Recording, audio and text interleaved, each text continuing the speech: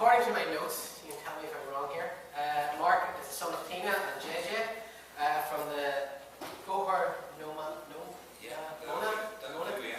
Road in Thurles. You live in New Zealand? Yeah, for yes. 6 years, yeah. Okay. And he has been working for the last few years on a small project by the name of the Hobbit. Yeah, for the last 2 years, yeah. There's not too many people from Thurles can claim that. No, I don't think I might be the only one, yeah. Just about, yeah. Just asking you a bit closer to the mic, sorry. No now, also here today, you are doing a big display out in the corridor. Yeah, we're doing a zombie prosthetics, you know. We're just launching ourselves, it's called Marc. We're just doing prosthetics for zombies, basically, but we do miniatures as well, and stuff like that, animatronics. Okay, well, let's start. We're going to do a slideshow as well with some of your work, because there's a lot of stuff that you can't talk about, and there's a lot of... Yeah, stuff that I wasn't going to show, basically, yeah, because it's going into some books, you know, behind the scenes books and stuff. Yeah. Right, well, we'll try to get. Okay, take us back to the day that you weren't a special effects guy to the day that you were. Well, I basically went to college in IADT in Dublin, studying model making and makeup. And I did 4 years there, and I did another year then doing production design. From there then I actually just did some sculpture and stuff myself, some kind of creatures and animatronics stuff. And I sent it to a guy called Gino Acevedo, who is like the head in Weta Workshop, who do all the prosthetics for the Hobbit, the Lord of the Rings and stuff like that. Yeah. And he told me to come over to New Zealand basically, so I went over and started work straight away with them. That's amazing. Yeah. So far today we've had a lot of artists and actors and stuff, and they all tell you that it's really just about taking the chance. I think it was a look as well at the time, as well. Things were starting up in some films, because you know, a few of my friends went over just as talented, but they just didn't get over at the right time, you know. Yeah. But he kind of trained me in the makeup and prosthetics and that, you know. So you have worked on, like you said, you've worked on the first 2 Hobbit movies. I finished the 2, yeah. I was in the art department for the 2.5 years there, which was basically designing miniatures, and they come in, and they have to be finished miniatures. They have to be really high standard, because pictures. So you're talking like a house is that size, you know. And if you've read the book, it's like Lake Town, Goblin work and stuff like that. So, okay. Yeah. Right. Tell us about a day in the life, a day in the office. It's quite strange, because the first day that I went in, you know, in New Zealand, just the Maoris, and they kind of did a kind of dance and say they're blessing the Hobbit. But I thought, you know, like they did this every single day. It was my first day in there, and they all came in to welcome us, and I was coming out. It was the haka, you know, they do it the rubbing, with that kind of haka thing, and I was like, I turned to Dan Hennon, he's just after, he's the guy that's actually up for an Oscar. I said, do you do this every morning? And he was like, no, it's the first day of Hobbit, so yeah. But I'd go in. For the first week it was kind of strange, because you're going in and you know, you're in the cafeteria, you have orcs there, you have dwarves there. They all kind of segregated for some weird reason as well. They're all on their own over there, you have some hobbits over there, and you'll be outside, you might be on your cell phones, which looks really weird. They're saying your phones, and then Mark might pass, he might be smoking a cigarette or something. This looks weird. Like really strange for the first few weeks. Then it's kind of normal, you're in the cafeteria, is right beside you, an orc or something. I remember one guy, he sneezed. I was like, oh, assumed I had ever looked at him. He was just like, oh my god, look at the size of him. It's so scary when they're right beside you, because the prosthetics are so good, you know. Yeah. But a day for me then was to go in, and Alan Lee and John Howe, the 2 main concept artists that were working with me, I was working with them every day, and what they would do is they'd give me drawings, and I'd get architects' plans and stuff, and we'd work out that to say some part of Middle Earth, like Lake Town, Goblin Word, Radagast, you know, Rivendell, stuff like that. And we'd make from their drawings whatever the model, you know. That's the end of our day, just spending a few hours in there. They come in and they either really like it, or Peter Jackson, he used to come in an awful lot. Like, he'd come in every 2 or 3 days, and he'd take a look at the miniatures, and he'd come in and go, I love it. Or he'd come in and go, break it, control the ground. I hate it. Yeah. So you'd be like, you get really attached to it for the first few weeks, you know. Your model, you're like, oh my god, this is amazing. And then they come in and just break it, control the ground. In the art department, there was about, I think it was 30 something in the main part, and I was the only Irish guy in that. But then in the construction team, like carpenters and stuff, there was a few, yeah, you could hear them for sure. You could hear them in the distance, and then especially if we have a rap party, because we had a few rap parties because it's so long, you could definitely hear them at the rap party. But you know, it's in a few Irish times.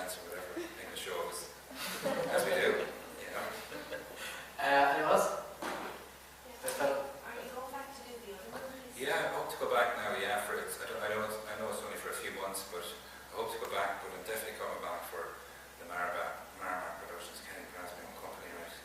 Marc. So I'll go back and hopefully just a few other movies as well. And I think there's a good few things coming to the north here as well. So that's going to be exciting times ahead for any young people that want to get into it as well. You know. Okay. Did you get quite a few of your references for the Goblin City from, say, the Mines of Moria? Yeah, you see, there has to, like, you know, Goblin's Cave and stuff, you know, it's slightly different when you get into it, but it has to kind of be similar kind of rock, but different as well. So it's like if you're walking on land here, if you go to Mitchellstown's Cave, it can be similar on the way down, but the deeper you get, it gets kind of more dark and stuff. So it has to be similar, but a change as well, you know, it has to be, especially it was a bit more of a wet set. That was a full wet set, but Goblin was on fire, dry, dangerous, you know. So we're getting that kind of mixture of stuff, you know. And the reference material, when they basically give it to us, you know, you're just like, wow, you know, it's really top class. So you know you're working with the right guys as well, which is cool. You know, they know what they're talking about. Anyone else? Oh. Do you use any of the illustrations from like actual tokens, any of your drawings to help you make any models or anything? Sorry, no, I didn't hear you there. Did you use? Did you use any of the Tolkien's original artwork or anything Oh, for this yeah. inspiration? Yeah, sure, Alan Lee would have been the one that would have done the original ones and stuff, you know. But they were all over the place. Like you walk into John or Alan's room, they're on their own in the room, and you know, nice tranquil music. They've just all their artwork everywhere. They're so relaxed. You see John, he'd hold a pen with this kind of stuff, but you'd see all their beautiful artwork everywhere. It's so nice to actually walk in there, because you're outside with model making, you're covered in goo and stuff. You go in there and they're so relaxed. Yeah, there's a difference. You know, but you see their stuff everywhere, and they would use really old reference stuff as well. Yeah. Okay, any more questions? Shall we get in front?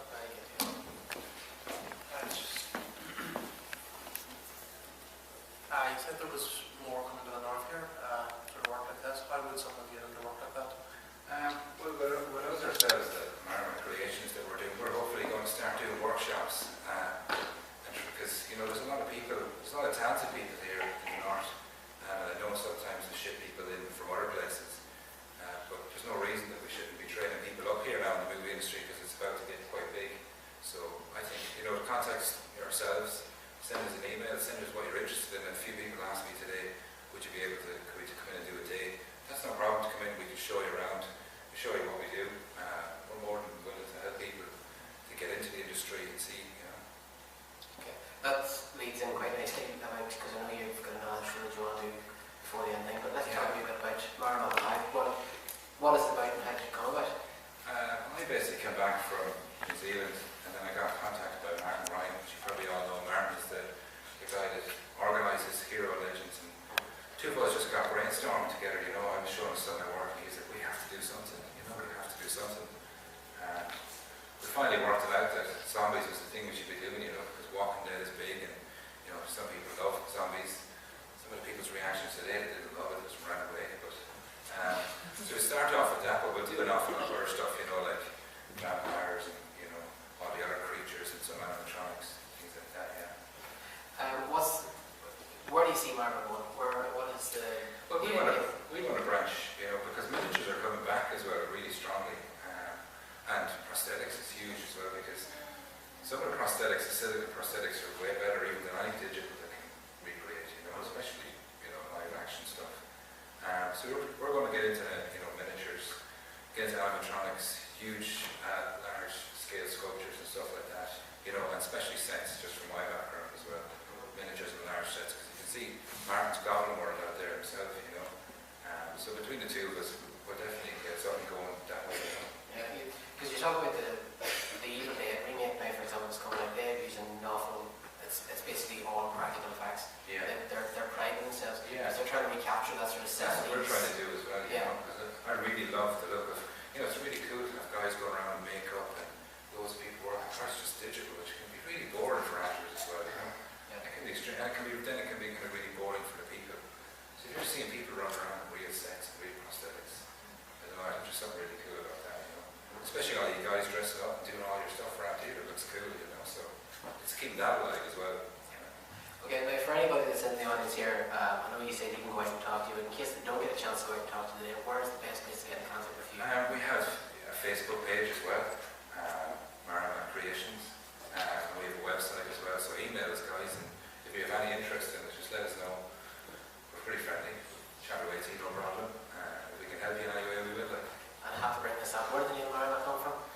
Well, the name is actually, it's the three of our names, it's Marc, Raymond and Martin, so I always put myself first, obviously, you know. But Marc will kill me for that, he always puts his name first with Marc and Raymond, but it's actually Marc, Raymond. And now for anybody who wants to check out Marc will be just out beyond the main room here, just